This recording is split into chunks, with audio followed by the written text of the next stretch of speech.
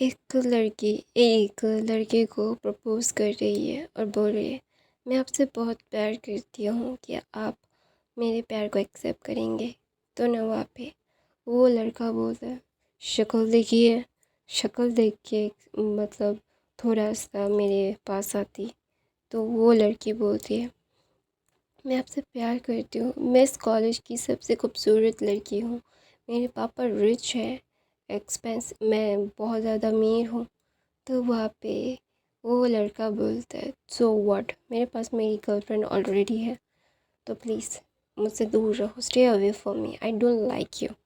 तो ना वहाँ पे वो लड़की बोलती है, अपने इस गुरूर को संभाल के रखो, बाद में पछताना ना पड़े। तो वहाँ पे वो लड़का बोलता है, नहीं, कभी पछताना नहीं पड़ेगा, क्योंकि ऑलरेडी मेरा दिल किसी और का है और मेरे दिल को किसी और की ज़रूरत है, और तुम्हारी तो मुझे बिल्कुल भी ज़रूरत नहीं है, अपने काम से काम रखो, ठीक है?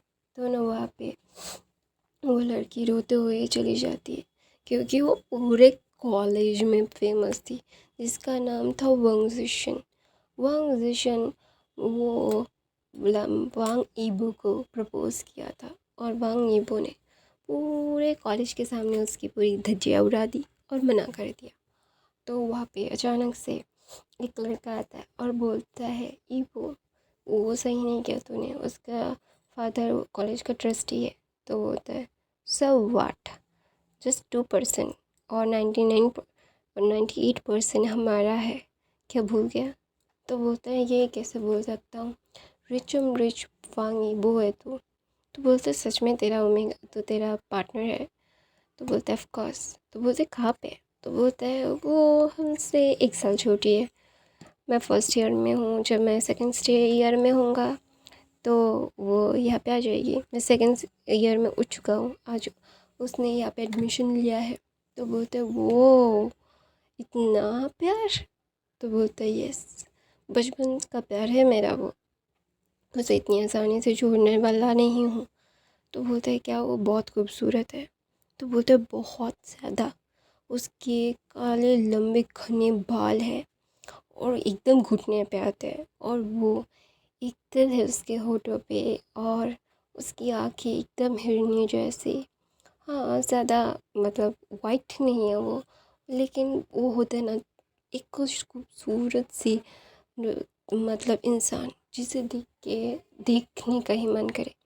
सबसे ज़्यादा उसके होठ और उसकी आंखें ज़्यादा प्यारी है। तो वहाँ पे वो जैक्सन बोलता है, वो प्रो होल्ड ऑन, अपने पार्टनर की इतनी तारीफ भी मत कर, देखने का मन कर रहा है। तो बोलते बहुत जल्द देखिएगा, 3 हफ्ते के बाद वो आने वाली है। तो बोलते वो कहाँ रहती है? तो बोलते वो टॉप सीक्रेट है। तो बोलता है कि वो मुझसे तो उसे मिलेगा? तो बोलते वो अभी हमारी चीज़ों को अनाउंस नहीं करना चाहती। तो बोलते ओ सब बैड यार। तो ऐसा बोल के वो दोनों चले जाते। 2 हफ्तों के बाद एक लड़की उस कॉलेज में एंट्री कर रही थी, और उस कॉलेज के सारे लड़के आंखें भर भर के उस लड़की को देख रहे थे, क्योंकि वो लड़की बहुत खूबसूरत थी। उसकी खूबसूरती का जवाब नहीं। उसके बाल पोनी टेल किए गए थे और वो मतलब लहरा रहे थे। सामने के दो मतलब लटे उड़ रही थी, बस मतलब हवा चल रही थी, उसके लंबे घने केश उड़ रहे थे। तो ना वहाँ पे सारे लोग देख रहे थे। तो वहाँ पे जैक्सन बोलते, hey girl, new one, first year? तो वो लड़की बोलती है यस, फर्स्ट ईयर। हाय, मेरा नाम रूहानियत है। तो बोलते हैं मेरा नाम जैक्सन। तो ऐसा बोल के वो दोनों हैंडशेक करते हैं। तो ऐसे ही 2 हफ्ते बीत जाते। द वांग ईबो वांग जिशन को हर बार रिजेक्ट करती, और वांग जिशन पागल कुत्ते की तरह ईबो के पीछे घूम रही थी, कोई प्लीज़ ऑफेंड मत होना। तो ना वहाँ पे वांग जी मतलब ईबो मतलब वो अभी मतलब बहुत ही ज़्यादा ही टायर्ड हो चुका था। तो वहाँ पे सारे लोग बैठे हुए थे, वहाँ पे रूहानियत भी थी।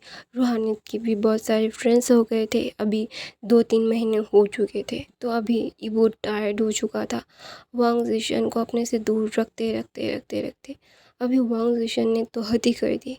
वो ज़ोर ज़बरदस्ती अभी प्रपोज़ भी कर रही थी और उसे ज़ोर ज़बरदस्ती किस भी करना चाहती थी।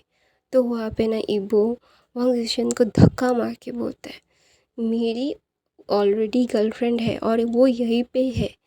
तो ना वहाँ पे सब लोग ना वांग जी मतलब सॉरी इबो की तरफ देख रहे थे। इबो ना अपनी जगह से जाता है, किसी के सामने उसका हाथ पकड़ के सबके सामने किस करके बोलता है, ये मेरी मंगेतर है, बचपन से हमारा रिश्ता तय है। तो सब लोग ना उस लड़की को घूर घूर के मतलब बड़ी बड़ी आंखों से देख रहे थे और सच में वो उन दोनों की मैचिंग जस्ट वाव थी, वो मेड फॉर ईच अदर थे। तो सब लोग बोल रहे थे कूल वन, ठीक है। तो ना वहाँ पे वांग जी ना बोलता है, सॉरी इबो बोलता है, गाइस आ जाता है वांग जी प्लीज़ थोड़ा सा कर लेना। तो ना इबो बोलता है, लव प्लीज़ बोल दो ना, ये मुझे बहुत परेशान कर रही है। तो बोलते हैं बहुत परेशान कर रही है, बोलते हैं हाँ मुझे और परेशान नहीं होना। तो वहाँ पे रूहानियत बोलती है यहाँ पे आओ। तो वो कॉलर खींचती है और इबो को किस करके बोलती है, ये मेरा है और मेरा इबो ही मेरा है और कोई भी उसे अपने में से अलग नहीं कर सकता। परसों हमारी एंगेजमेंट है, सब आना। ऐसा बोल के रूहानियत इबो को लेके चली जाती है और वांग जिशन रोते हुए मतलब उसकी तो हालत ही ख़राब हो गई थी। तो 2 दिन के बाद पूरा कॉलेज की इनविटेशन था, तो वहाँ पे इबो की फ़ैमिली, रूहानियत की फ़ैमिली थी और उन लोगों की शादी मतलब एंगेजमेंट करती है। और इबो बहुत हैंडसम लग रहा था और रूहानियत वो तो और भी ज़्यादा। तो एंगेजमेंट होते ही इबो ने रूहानियत को अपने पास खींचा, सबके सामने एक ब्रूटल किस किया और बोलता है, तुम मेरी बन चुकी हो और कोई भी तुम्हें मुझसे अलग नहीं कर सकता, आई लव यू। तो वहाँ पे रूहानियत बोलती है आई लव यू टू। तो ना वहाँ पे इबो बोलते हैं बचपन से याद कर, तो बचपन से तुम्हें अपने पास रखने का ये ज़िद आज पूरा हुआ। ऐसा बोल के दोनों हंसते हैं। तो गाइस ये फ़ैन फिक्शन भी ख़त्म होता है। आप लोगों को कैसा लग रहा है यार, प्लीज़ कमेंट करके ज़रूर बताओ यार। कोई बताता नहीं है। अगर कि कोई भी मुझे अपनी कहानी भी बताना चाहता है तो मुझे इंस्टाग्राम में फॉलो करो या फिर नाम बताओ। अपना नाम यूज़ करने के लिए भी बोल सकते हो मुझे, मैं तुम लोगों का नाम लेकर भी कहानी अलग ज़रूर बना सकती हूँ। तो नॉइस आए तो इग्नोर करना, बाकी ये फ़ैन फिक्शन ज़रूर देख लेना। Bye bye guys, I love you, thank you so much for the watching.